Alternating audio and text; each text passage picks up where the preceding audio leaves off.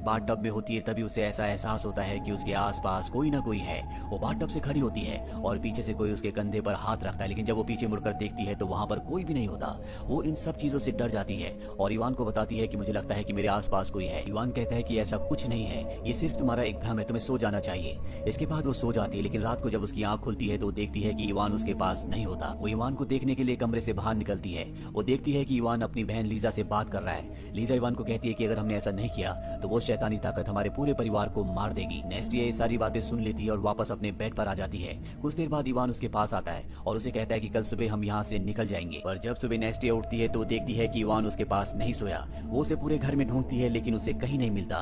तभी लीजा बताती है कि इवान अपने दोस्तों से मिलने के लिए शहर चला गया है। ये सुनकर नेस्टिया को बहुत अजीब लगता है। वो इवान को कई बार कॉल भी करती है लेकिन उसका फोन नॉट रीचेबल होता है। इवान की बहन लीजा कुछ देर बाद नेस्टिया के पास एक वेडिंग ड्रेस लाती है और उसे बताती है कि ये हमारी खानदानी वेडिंग ड्रेस है। हालांकि तुम्हारी शादी हो चुकी है लेकिन हम चाहते हैं कि तुम्हारी शादी एक बार फिर से हमारे खानदान की परंपरा के अनुसार हो। वो उसे उस वेडिंग ड्रेस को पहना देती है, साथ ही उस रिंग को भी जो उसने उसे डाइनिंग टेबल पर दी थी। कुछ देर बाद नेस्टिया अपने कमरे में चली जाती है और तभी उसे एल्मीरा के पीछे कुछ हलचल दिखती है और जब वो एल्मीरा का दरवाजा खोलती है तो वहाँ पर एक खुफिया रास्ता होता है जिसे देखकर उसे कुछ भी समझ में नहीं आता। और तभी यहाँ पर लीजा का बेटा आता है। वो नेस्टिया से कहता है कि मेरी बहन इसी रास्ते से अंदर गई है और उसका पैर वहाँ पर फंस गया है। दरअसल ये जो रास्ता है ये हर एक कमरे के अंदर से निकलता है, यानी कि इस रास्ते से किसी भी कमरे में जाया जा सकता है। और अब नेस्टिया और लीजा का बेटा दोनों के दोनों अंदर चले जाते हैं, जहाँ पर इन्हें लीजा की बेटी भी मिल जाती है। लेकिन नेस्टिया यहाँ से एक और कमरे में जाती है जहाँ पर उसे कई सारे फोटो फ्रेम्स मिलते हैं, लेकिन वहाँ पर एक अजीब सा फोटो फ्रेम होता है जो पूरी तरह से नेगेटिव की तरह होता है। और तभी इन्हें अपने सामने एक साया दिखता है जिसे देखकर सबके सब डर जाते हैं। लीजा का बेटा कहता है कि वो आ गई। नेस्टिया को कुछ भी समझ में नहीं आता और ये सब के सब वहाँ से बाहर आ जाते हैं। बाहर आने के बाद नेस्टिया अपने आप को शीशे में देखती है, लेकिन तभी उसे एहसास होता है कि जिस साये को शीशे में देख रही है वो उसका साया नहीं है बल्कि उसी की तरह दिखने वाला कोई और साया है। नेस्टिया अपने आप को बचाने के लिए बाहर भागती है, लेकिन वो साया शीशे से निकलकर उसका पीछा करना शुरू कर देता है। नेस्टिया वहीं पर बेहोश हो जाती है। नेस्टिया को घर के अंदर लाया जाता है और अब नेस्टिया को विजन्स आते हैं जिसमें वो इवान के परदादा को देखती है जो इसी घर में होते हैं। सबके सब ऊपर के कमरे से नीचे भाग रहे होते हैं जबकि इवान के दादा नीचे से ऊपर जाना चाहते हैं, लेकिन सब उन्हें कमरे में जाने से रोक रहे होते हैं। इसके बाद नेस्टिया को होश आ जाता है और कहानी वापस प्रेजेंट में आ जाती है जहाँ उसके पास इस खानदान की फैमिली डॉक्टर आती है। वो नेस्टिया से पूछती है क्या तुम वर्जिन हो? नेस्टिया कहती है कि हाँ मैं वर्जिन हूँ। इसके बाद डॉक्टर चली जाती है, लेकिन अब नेस्टिया ने फैसला कर लिया है कि वो इस घर में नहीं रहेगी। वो इवान को कॉल करने की कोशिश करती है लेकिन उसका फोन अब भी नॉट रीचेबल होता है। वो उसे मैसेज कर देती है कि मैं घर छोड़कर जा रही हूँ। और जब वो यहाँ से निकलने के लिए अपनी गाड़ी में बैठती है तभी वो घर से डॉक्टर को निकलते हुए देखती है। डॉक्टर पर पहले से शक होता है, इसीलिए वो उसका पीछा करती है और वो देखती है कि डॉक्टर एक घर के अंदर गई है जिस घर के अंदर इवान को कैद किया गया है। डॉक्टर उसे नशीली दवा पिला रही होती है और जब डॉक्टर वहाँ से चली जाती है तो नेस्टिया खिड़की के पास जाती है। इवान उसे देख लेता है और उसे कहता है कि तुम भाग जाओ और ठीक उसी पल हम उसके पीछे एक ब्राइड का साया देखते हैं। अब नेस्टिया यहाँ से भागना चाहती है लेकिन ब्राइड के उसके पीछे आने से उसकी पूरी की पूरी शक्ति खत्म हो जाती है और वो एक गड्ढे के अंदर गिर जाती है। नेस्टिया को बहुत कमजोर फील हो रहा होता है और तभी यहाँ पर इवान के फादर आ जाते हैं जो नेस्टिया को गड्ढे से निकाल कर घर के अंदर वापस ले जाते हैं, जहाँ पर इवान की बहन और डॉक्टर दोनों उसे कुछ ड्रिंक पिलाते हैं जो कि बेहोशी की दवा होती है, जिसे पीने के बाद नेस्टिया सो जाती है और एक बार फिर से वो अतीत में चली जाती है। उसे विजुअल्स आने शुरू हो जाते हैं जैसे कि उसे पिछली बार आए थे, जहाँ पर उसने देखा था कि इवान की पूरी फैमिली ऊपर से नीचे आ रही है, लेकिन इवान के जो परदादा होते हैं वो नीचे से ऊपर जाना चाहते थे और वो ऊपर के कमरे में चले जाते हैं जहाँ पर उनकी पत्नी होती है जिसका चेहरा बर्फ की तरह ठंडा होता है और वो इवान के परदादा को यानी कि अपने ही पति को मार देती है।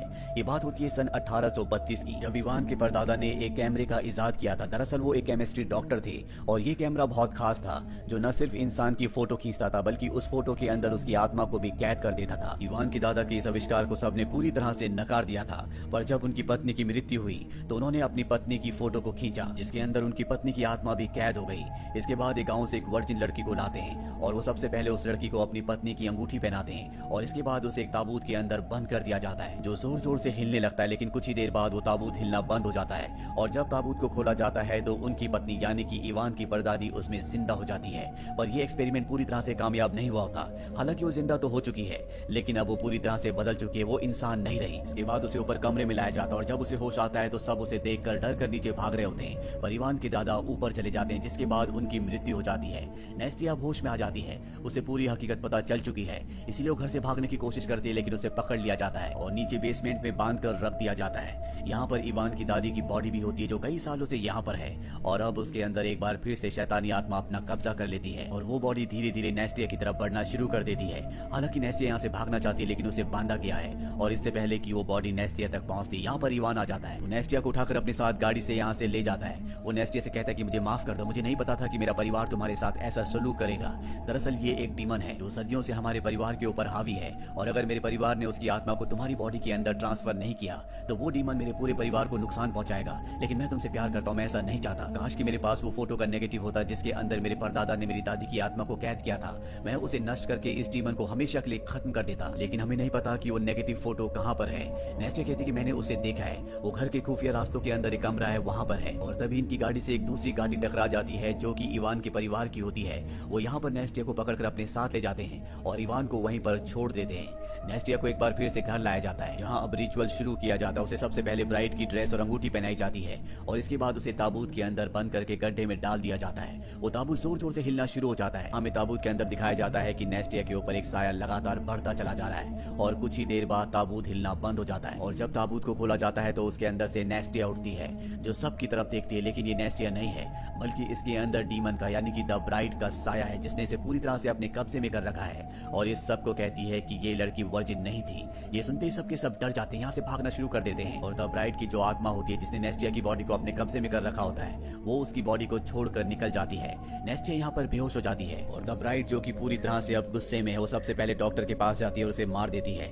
यहाँ पर लीजा भागकर अपने बच्चों के पास जाती है और अब उसके सामने द ब्राइड आ चुकी है। लीजा उसे कहती है कि मेरे बच्चों को नुकसान मत पहुंचाना, लेकिन द ब्राइड बहुत गुस्से में होती है। वो लीजा के ऊपर हमला कर देती है, उसे खिड़की से बाहर फेंक देती है, लेकिन लीजा फिर भी बच जाती है।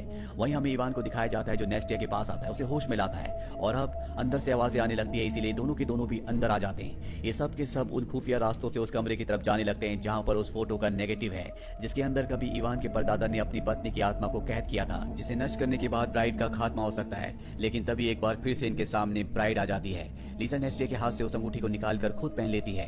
दरअसल इस अंगूठी की तरफ वो अट्रैक्ट होती है क्योंकि ये उसी की होती है। और अब द ब्राइड लीजा को अपनी तरफ खींच लेती है और उसकी बॉडी को पूरी तरह से पजेस्ट कर लेती है, यानी कि अब लीजा की बॉडी के अंदर द ब्राइड है। वो नेस्टिया से कहती है कि मेरे बच्चों को मुझे दे दो, लेकिन नेस्टिया साफ साफ मना कर देती है। और लीजा जिसके अंदर द ब्राइड का पूरी तरह से कब्जा है, वो अपने बच्चों को छीन कर ले जाती है। और तभी नेस्टिया अंदर कमरे से जाती है और उस नेगेटिव की फोटो को ले आती है जिसके अंदर आत्मा कैद है। और वो लीजा से कहती है कि अगर तुमने बच्चों को नहीं छोड़ा तो मैं इस फोटो को जला दूंगी। ये सुनने के बाद वो बच्चों को छोड़ देती है और अगले पल मौका मिलते ही वो नेस्टिया के ऊपर हमला कर देती है। और जब वो नेस्टिया को मार रही होती है तो पीछे से लीजा की बेटी कहती है कि इसे मत मारो, इसे छोड़ दो। और जब वो अपनी बेटी की आवाज सुनती है तो वापस वो अपनी सेंसेस में आ जाती है और कुछ पल के लिए ब्राइड उसकी बॉडी से निकल जाती है। लेकिन द ब्राइड जो कि एक डीमन है एक बार फिर से उसकी बॉडी में कब्जा करना शुरू कर देती है क्योंकि उसने उसकी अंगूठी पहनी है। और यहाँ पर लीजा को एहसास हो जाता है कि इस ब्राइड से बचना इतना आसान नहीं है। वो नेस्टिया से कहती है कि मेरे बच्चों का ध्यान रखना। इसके बाद वो फोटो फ्रेम को उठाती है और अपने साथ साथ उस फोटो फ्रेम को भी जला देती है, जिससे डीमन की आत्मा यानी कि द ब्राइड भी जलकर खत्म हो जाती है। जिसके बाद ये सब के सब यहाँ से सुरक्षित निकल जाते हैं। कुछ वक्त बाद यहाँ पर एक नई फैमिली आती है जो इस घर को खरीदना चाहती है क्योंकि ये घर बहुत सस्ता मिल रहा होता है। वो कहते हैं कि इस घर को रेनोवेट करके बहुत अच्छा बनाया जा सकता है। और तभी उनके बेटे को दीवार पर एक होल दिखता है और जब ये सब के सब होल से अंदर देखते हैं तो वहाँ पर एक साया होता है। इसी के साथ ये फिल्म, ये कहानी यहीं पर खत्म।